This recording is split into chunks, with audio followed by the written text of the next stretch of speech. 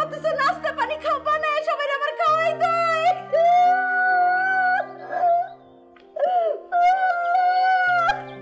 আমার স্বামীর সাথে সাথে আমিও যাইতাম কবরে, তাইলে শান্তি পাইতাম।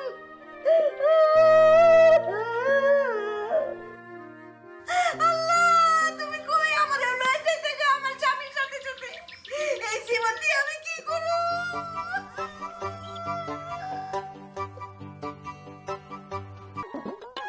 কি হয়েছে?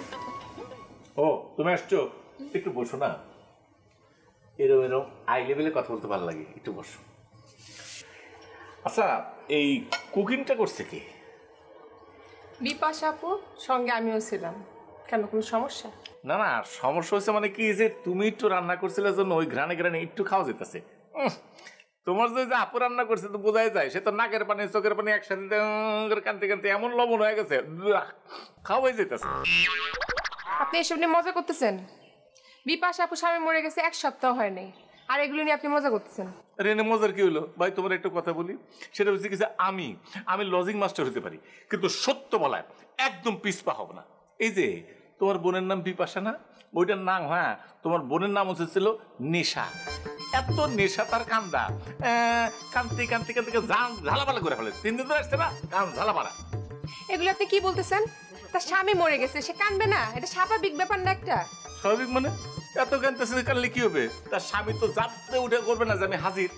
আর এটা নতুন কি ওদের পরিবারে আছে না, যে স্বামীর বয়স যদি 35 পার হয় বা 35 হয় তাহলে করে মরে যায়। তারপরে কি হলো, আবার সেকেন্ড বিয়ে দিল, এমন স্বামী সন্তান নিয়ে ভালো আছে। তার ক্ষেত্রে যে এরকম হবে তো সবাই জানেন, কান্নাকাটির কি আছে? আপনি কিভাবে জানেন বিপাশাপুর ক্ষেত্রে এরকম হবে?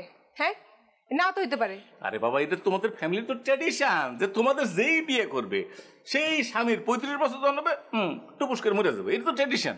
ও তাহলে যে আপনি আমার সাথে ফিল্ডিং মারেন, টাঙ্কি মারেন,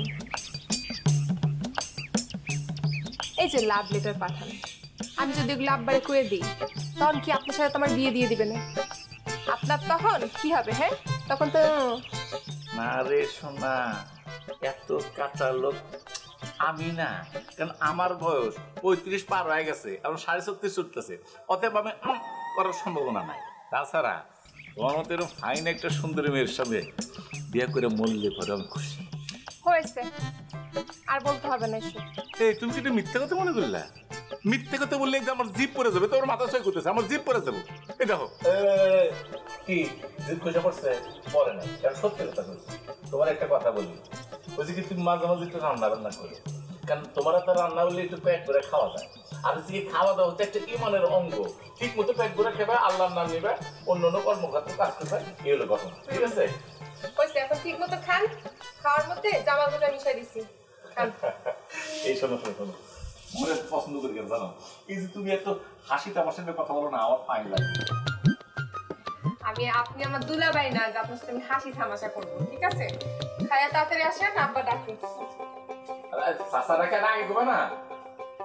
দুলাভাই কেন? তোমার দুলাভাই আমার ভাইরা, পাখির মধ্যে পায়রা, সম্পর্কে ভাইরা।